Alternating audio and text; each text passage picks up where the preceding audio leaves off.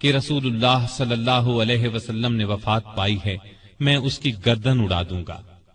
پھر ابو بکر رضی اللہ عنہ کے سمجھانے پر یقین آیا کہ نبی صلی اللہ علیہ وسلم رحلت فرما چکے ہیں۔ آپ صلی اللہ علیہ وسلم کی وفات کے بعد خلافت کے مسئلے پر مسلمانوں میں اختلاف پیدا ہوا تو اس موقع پر سیدنا عمر نے ابو بکر رضی اللہ عنہ کا نام خلافت کے لیے سب کے سامنے رکھا۔ سبھی نے اس سے اتفاق کیا۔ ابو بکر کے بارے میں سیدنا عمر کے یہ الفاظ ہیں: ابو بکر رسول اللہ صلی اللہ علیہ وسلم کے صحابی ہیں، غار کے ساتھی ہیں، یہ تمام مسلمانوں سے زیادہ تمہارے معاملات کے والی ہونے کے حقدار ہیں۔ خلیفہ بننے کے بعد سیدنا ابو بکر نے سب سے پہلے اسامہ بن زید کا لشکر روانہ فرمایا۔ یہ لشکر نبی کریم صلی اللہ علیہ وسلم کی شدید علالت کی وجہ سے مدینہ سے باہر مقام جرف پر ٹھہر گیا تھا اور پھر وفات کی وجہ سے روانہ نہ ہو سکا تھا۔ اس موقع پر سیدنا ابو بکر نے اسامہ بن زید سے کہا کہ سیدنا عمر فاروق رضی اللہ عنہ کو ان کے پاس چھوڑ جائیں، کیونکہ ان کے مشوروں کی ضرورت پڑے گی۔ اسامہ بن زید نے خوشی سے یہ بات منظور کی۔ ابو بکر کی خلافت 2.25 برس رہی۔ تمام عرصے میں سیدنا عمر ان کے خاص مشیر رہے۔ اس دوران میں سیدنا عمر نے سیدنا ابو بکر کو مشورہ دیا کہ قرآن کو ایک جگہ جمع کر دیا جائے۔ انہوں نے یہ مشورہ اس لیے دیا کہ یمامہ کی لڑائی میں قرآن مجید کے حافظ بہت سے صحابہ شہید ہو گئے تھے۔ آخر یہ کام زید بن ثابت، سیدنا عمر اور بہت سے دوسرے صحابہ رضی اللہ عنہم کی مدد سے مکمل ہوا۔ جمادی الاولیٰ 13 ہجری میں سیدنا ابو بکر سخت بیمار ہو گئے۔ بچنے کی امید نہ رہی تو انہوں نے خلافت کے بارے میں چند بڑے بڑے صحابہ سے مشورہ کیا۔ خود انہوں نے سیدنا عمر کا نام تجویز کیا۔ بعض صحابہ نے اس پر کہا کہ وہ مزاج کے بہت سخت ہیں۔ اس پر ابو بکر نے فرمایا جب ان پر خلافت کا بوجھ پڑے گا تو نرم ہو جائیں گے۔ اس طرح تمام مسلمانوں کا سیدنا عمر کی خلافت پر اتفاق ہو گیا۔ سیدنا ابو بکر نے آخر وقت میں سیدنا عمر کو یہ وصیت کی کہ عراق میں مسلمان ایرانیوں سے لڑ رہے ہیں، ان کے لیے فوراً مدد بھیجی جائے۔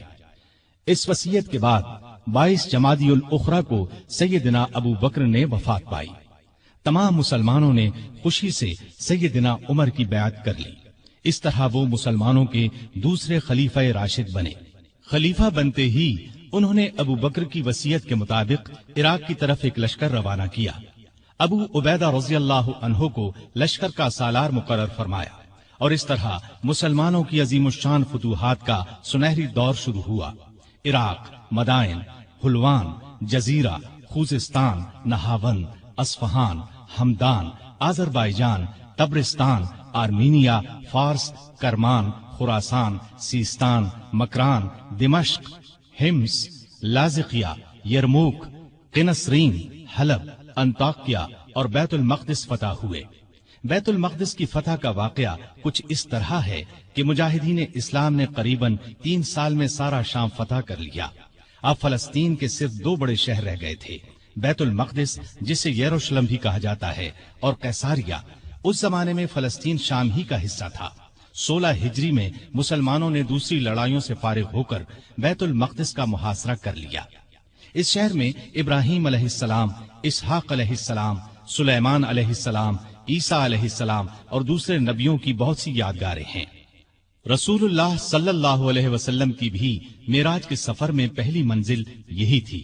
مسلمانوں کا پہلا قبلہ بھی یہی تھا۔ نہ صرف یہودی اور عیسائی بلکہ مسلمان بھی اس کی بہت عزت کرتے تھے اور کرتے ہیں۔ مسلمانوں نے جب بیت المقدس کا محاصرہ کیا تو شہر کے باشندوں نے شہر کے دروازے بند کر لیے۔ چند دن تو اس طرح گزرے، پھر انہوں نے مسلمانوں کے سپہ سالار ابو عبیدہ بن جراح کو پیغام بھیجا کہ ہم شہر مسلمانوں کے حوالے کرنے کے لیے تیار ہیں، لیکن شرط یہ ہے کہ مسلمانوں کے خلیفہ خود یہاں آئیں اور صلح کا معاہدہ کریں۔ ابو عبیدہ بن جراح نے یہ بات سیدنا عمر کو لکھ بھیجی۔ خلیفہ ثانی سیدنا عمر نے صحابہ سے مشورہ کر کے وہاں جانے کا فیصلہ کیا۔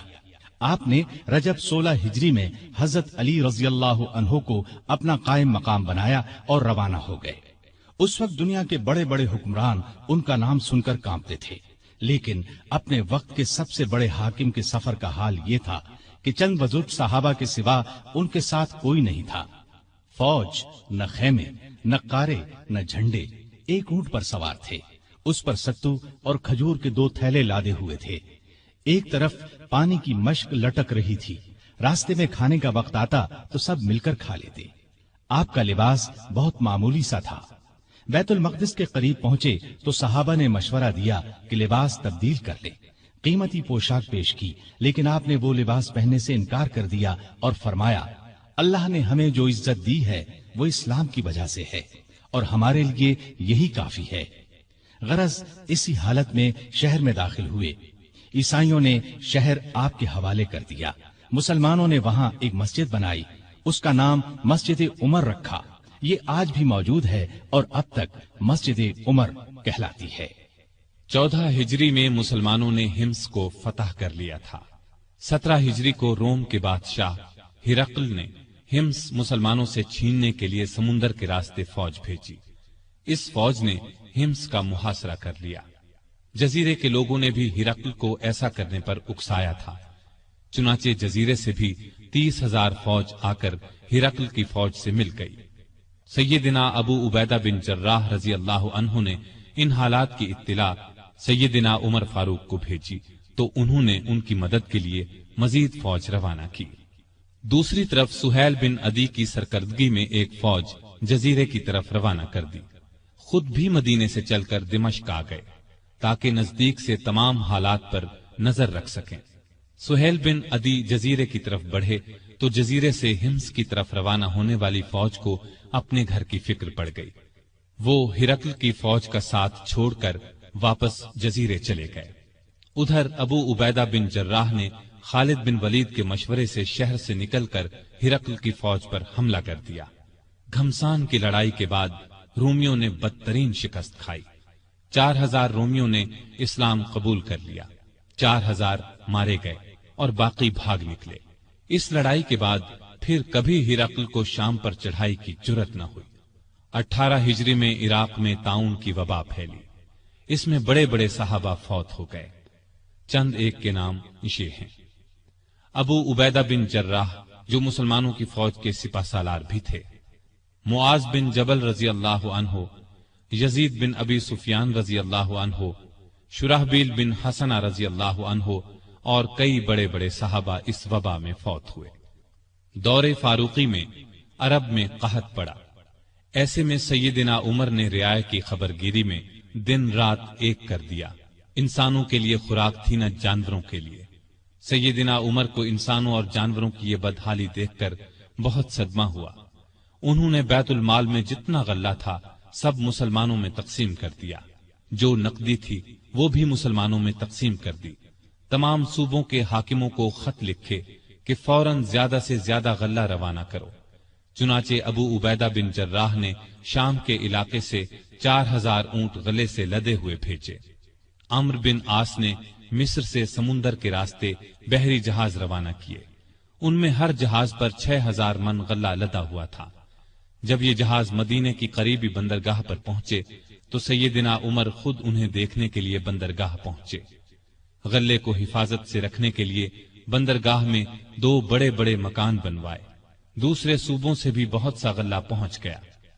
غلے کی تقسیم کا یہ انتظام کیا کہ بہت سے رجسٹر بنوائے، ان میں قحط کا شکار ہونے والوں کے نام درج کیے گئے۔ ہر ایک نام کے ساتھ ان کی ضرورت کے مطابق غلے کی مقدار لکھی گئی۔ پھر ہر شخص کو پرچی دی گئی، اس پر سیدنا عمر کی مہر ہوتی تھی۔ اس پرچی کے مطابق انہیں روزانہ غلہ دیا جاتا۔ اس کے علاوہ سیدنا عمر ہر روز 20 اونٹ اپنے سامنے ذبح کرواتے اور ان کا گوشت پکوا کر لوگوں کو کھانا کھلاتے۔ اس طرح ہزاروں آدمی روزانہ سیدنا عمر رضی اللہ عنہ کے دسترخوان پر کھانا کھاتے۔ غلے کے علاوہ لوگوں میں کپڑے اور کھجوریں بھی تقسیم کی جاتی، اور خود اپنا یہ حال تھا کہ اس زمانے میں گوشت، دودھ اور گھی کھانا بالکل چھوڑ دیا تھا۔ اکثر بھوکے رہتے یا عام لوگوں کے ساتھ خود بھی کھاتے۔ اس طرح اس کا اثر آپ کے جسم پر پڑا۔ لوگ انہیں دیکھتے اور کہتے، اگر قحط دور نہ ہوا تو رعایا کا غم انہیں مار ڈالے گا۔ ایک دن ایک شخص سے پانی مانگا،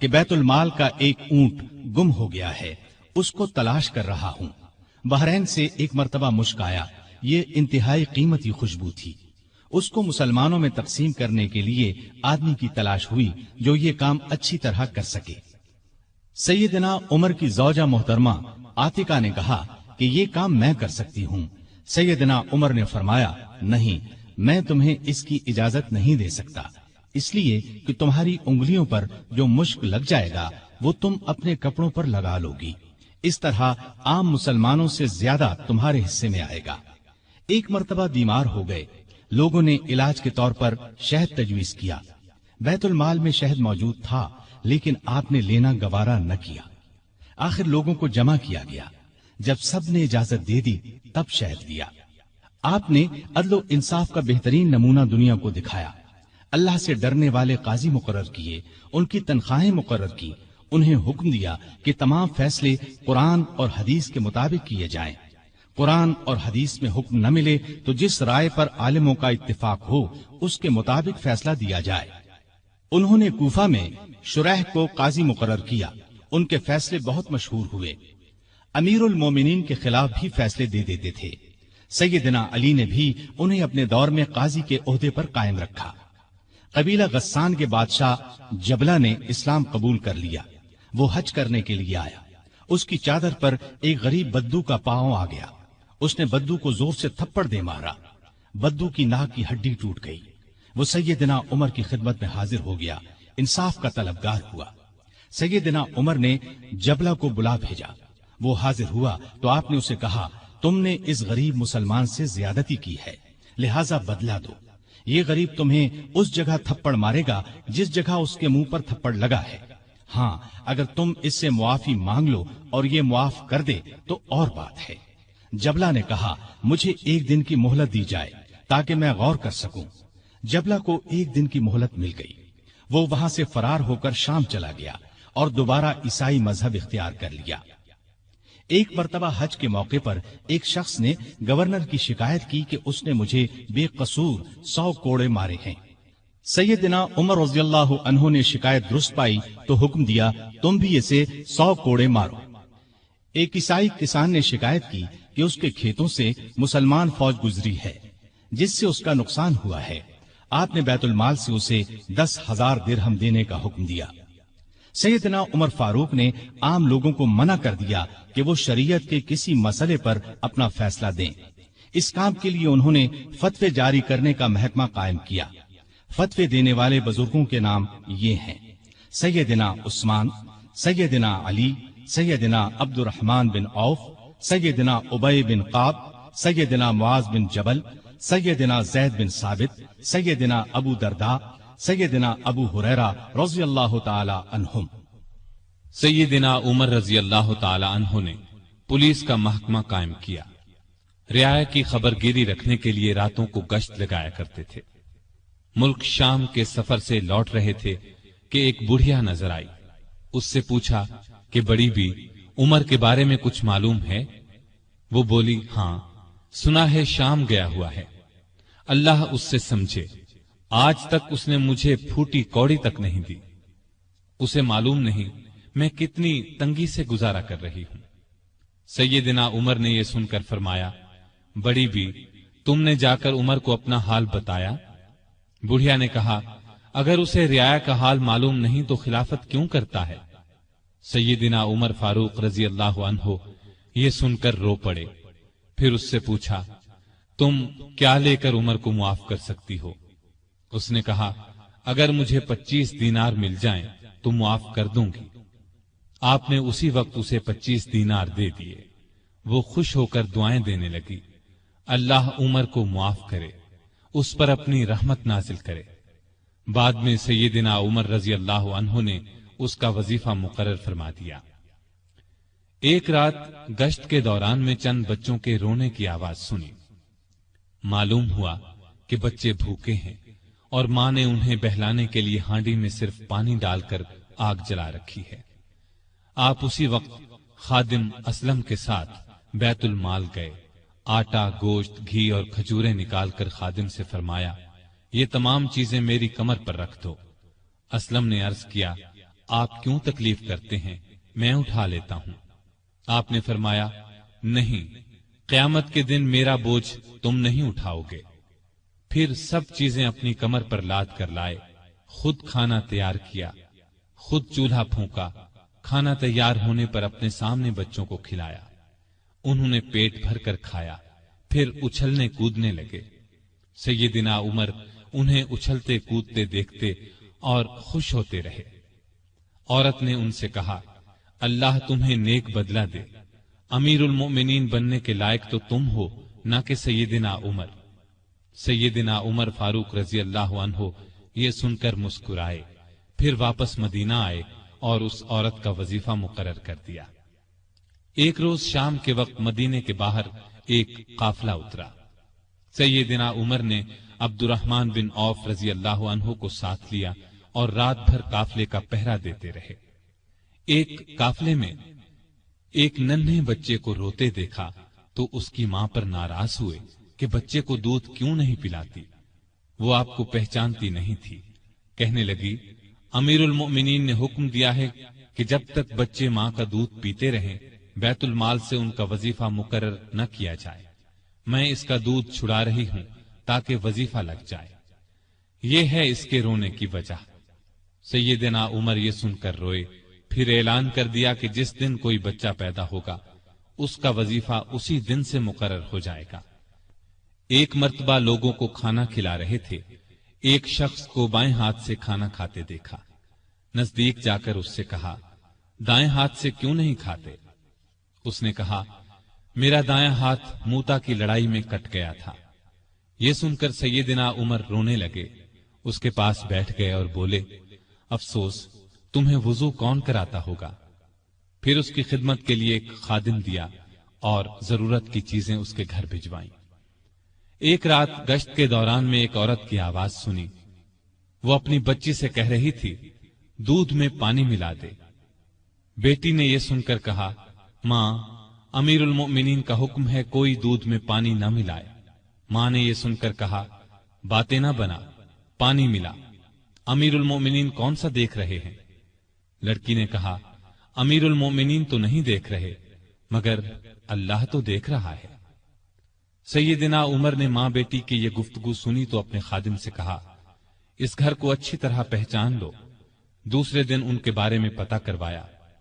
انہیں لڑکی کی ایمانداری اس قدر پسند آئی کہ اپنے بیٹے عاصم کے لیے رشتہ مانگ لیا۔ اس طرح یہ شادی ہوئی۔ بنو امیہ کے عمر بن عبدالعزیز رحمت اللہ علیہ اسی خاتون کے نواسے تھے۔ انہیں عدل و انصاف، سادگی، پرہیزگاری کی وجہ سے دوسرا عمر کہا جاتا ہے۔ ان کا دور بہترین دور ہوا۔ مدینے کی ایک بے سہارا اندھی عورت کے گھر کی صفائی امیر المومنین خود کیا کرتے تھے۔ رسول اللہ صلی اللہ علیہ وسلم کے ایک صحابی سعید بن یربوک کی آخری عمر میں بینائی جاتی رہی۔ ان کے لیے ایک خادم مقرر کیا جو انہیں مسجد تک لاتا تھا۔ راستہ چلتے ایک عورت نے سیدنا عمر فاروق کو روک لیا اور کہا میں رسول اللہ صلی اللہ علیہ وسلم کے صحابی خفاف بن ایما کی بیٹی ہوں۔ شوہر فوت ہو گیا ہے، چھوٹے چھوٹے بچے ہیں، کوئی زمین بھی نہیں ہے، بچوں کو گھر میں چھوڑ کر محنت مزدوری بھی نہیں کر سکتی کہ بچوں کو کوئی نقصان نہ پہنچ جائے۔ حضرت عمر نے اس کی پوری بات توجہ سے سنی اور فرمایا تم تھوڑی دیر یہیں ٹھہرو۔ یہ کہہ کر گھر گئے۔ واپس لوٹے، ایک موٹے تازے اونٹ پر بہت سا سامان لدا ہوا ساتھ لائے۔ اس پر کپڑے اور نقد رقم بھی تھی۔ اس عورت سے فرمایا یہ اونٹ لے جاؤ، جب ختم ہو جائے تو بتا دینا۔ جہاد پر جانے والے مسلمانوں کے گھر والوں کا بہت خیال رکھتے تھے۔ ان کے گھروں میں جا کر ان کی عورتوں سے کہتے تمہیں بازار سے کچھ منگوانا ہو تو میں لا دیتا ہوں۔ بیوہ عورتوں کا پانی بھر دیتے۔ مجاہدین کے خط آتے تو یہ خط خود ان کے گھروں میں پہنچاتے، ان سے جواب لے کر مجاہدین کو بھجواتے۔ بیت المال سے حاجت مندوں کو دیتے۔ راستوں میں چوکیاں بنوائیں تاکہ رستے محفوظ ہو جائیں۔ شہروں میں مہمان خانے بنوائے۔ ملک میں جگہ جگہ نہریں کھدوائیں جن سے آپاشی آسان ہو گئی۔ سڑکیں اور پل بنوائے، نئے شہر بسائے، قریباً 4000 مسجدیں تعمیر کروائیں، حرم کعبہ کو وسیع کروایا،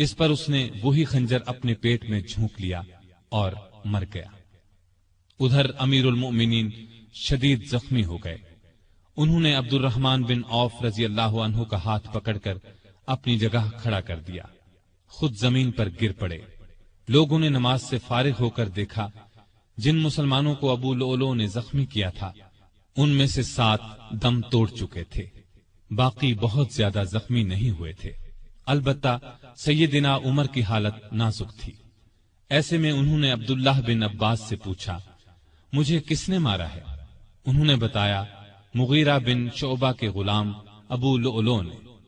یہ سن کر فرمایا، اللہ کا شکر ہے، میری موت کسی ایسے شخص کے ہاتھ سے نہیں ہوئی جو اسلام کا دعویٰ کرتا ہو۔ لوگ انہیں اٹھا کر گھر لائے، دودھ پلایا گیا تو وہ زخموں کے راستے باہر آ گیا۔ اب سب کو یقین ہو گیا کہ امیر المؤمنین کا آخری وقت آ پہنچا ہے۔